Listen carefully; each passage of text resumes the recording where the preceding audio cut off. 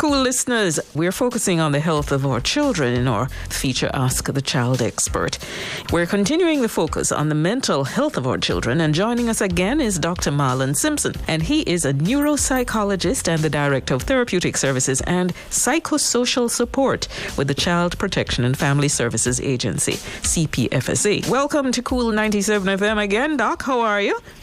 I'm well. I'm really happy to be back here with you. All right, let's get into our bright people who listen to Cool.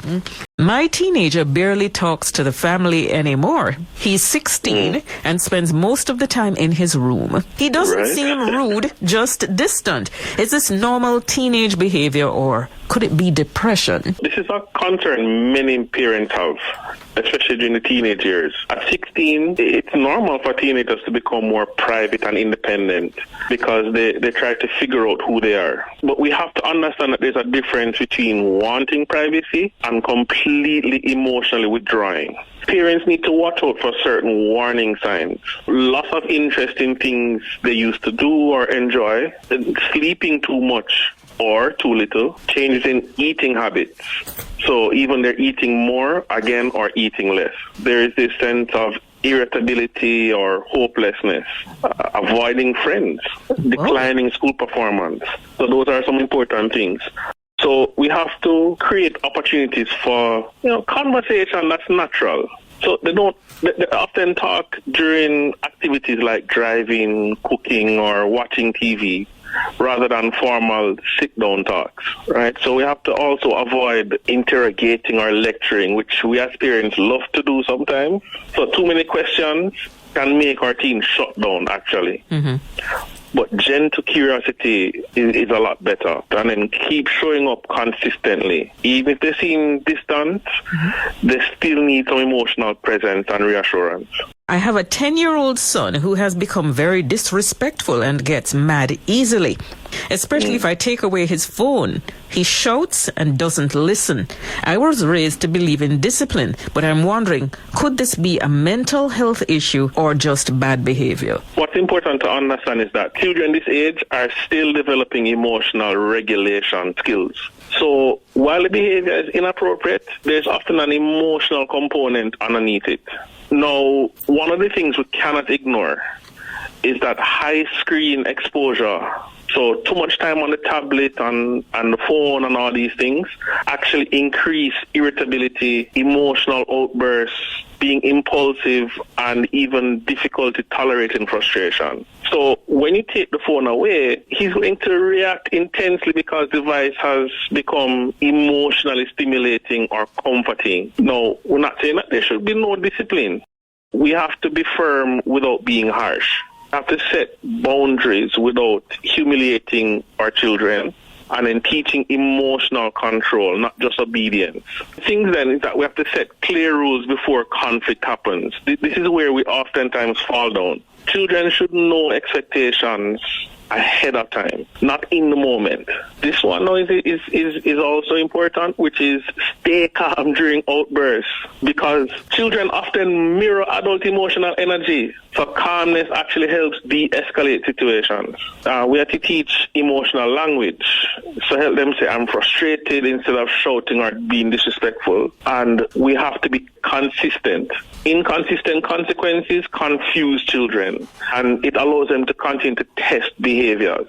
So if aggression becomes extreme and persistent, then we may need additional professional support. My 12-year-old loves all the latest trends. Most of the time she's dancing and telling me that she's making content for social media. She seems obsessed with likes and followers. I want to cut the time she spends on the media. What's the best way to do that? In terms of watching too much content, they feel like they have to become an expert on every influencer. What matters most is staying curious and involved. So instead of reacting, some of us as parents will say, turn out the foolishness.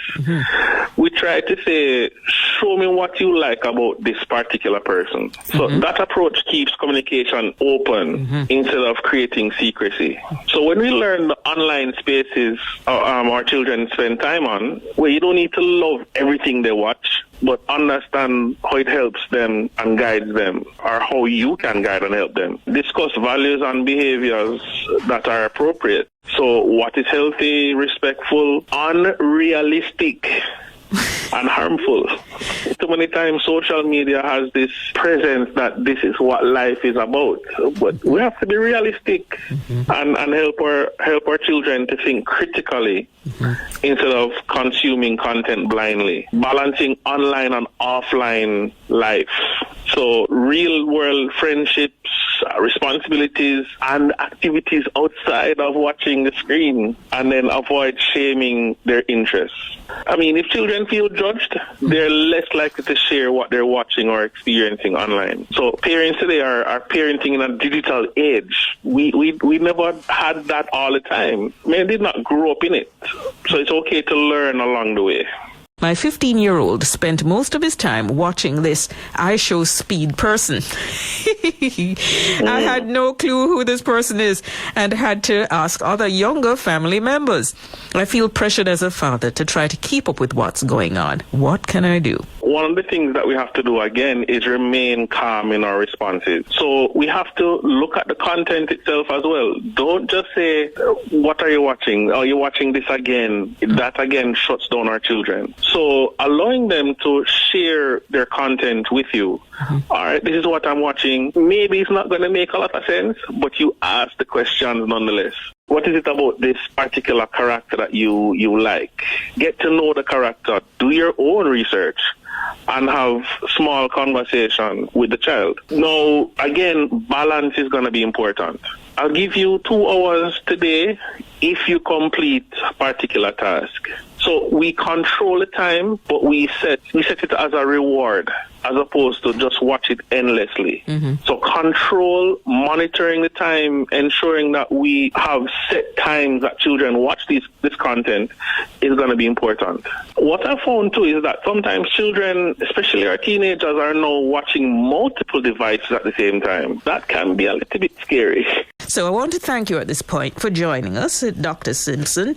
And remember, a huge thanks to you, our KOOL listeners, parents, guardians, for your questions.